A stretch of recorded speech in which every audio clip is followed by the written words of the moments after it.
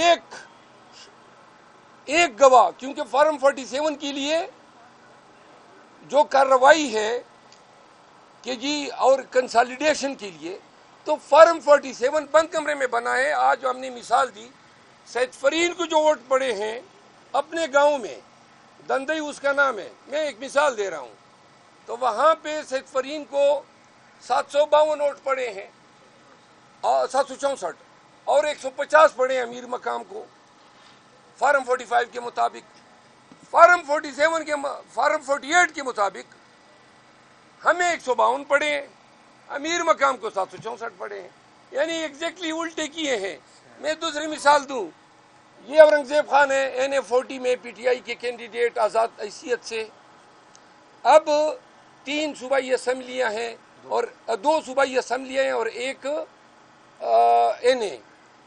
اب NA میں مولانا کو جتوانے کے لیے ایک عجیب حرکت کی گئی، صوبائی اسمبلی میں جو ووٹ پڑے ہیں قومی اسمبلی میں 19,800 ووٹ زیادہ پڑے ہیں۔